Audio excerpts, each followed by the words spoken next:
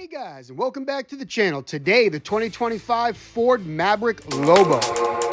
This newest variant of the Maverick helps revive the street truck segment with a lowered suspension and a host of performance upgrades. The Ford Maverick just got a facelift on both the exterior and interior. Check out my full review on that, adding some new standard technology and improving the hybrid powertrain. Now, Ford is adding a new Maverick to the lineup with the introduction of the Maverick LOBO street truck. It was first spotted testing almost a year ago, about the same time that the company trademarked the name. Changes to turn the Maverick into a street truck include dropping the ride height and improving the handling. Unfortunately, those hoping that the LOBO would feature a rough and rowdy powertrain will be greatly disappointed to learn that that is not the case. The LOBO retains the standard truck's 2-liter 4-cylinder, good for 238 horsepower, which is actually down from last year's 250. The 8-speed automatic transmission is also gone and replaced with a 7-speed automatic from the European Focus ST hatchback, along with a unique calibration specifically for the LOBO. A set of paddle shifters add to the transmission's sporty flavor.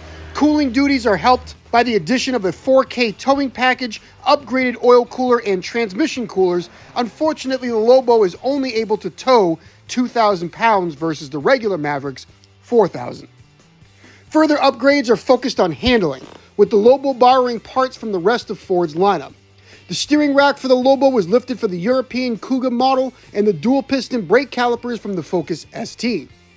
The suspension setup is also unique to the LOBO. It drops the truck 0.5 inches up front and 1.1 inches in the rear, bringing the total roof down to 0.8 inches lower. The top mounts are borrowed from the Mustang Mach-E and the monotube rear dampeners from the Maverick Tremor, although the setup are specifically tuned for the LOBO. The biggest performance shift will come from the torque vectoring and reduced stability control.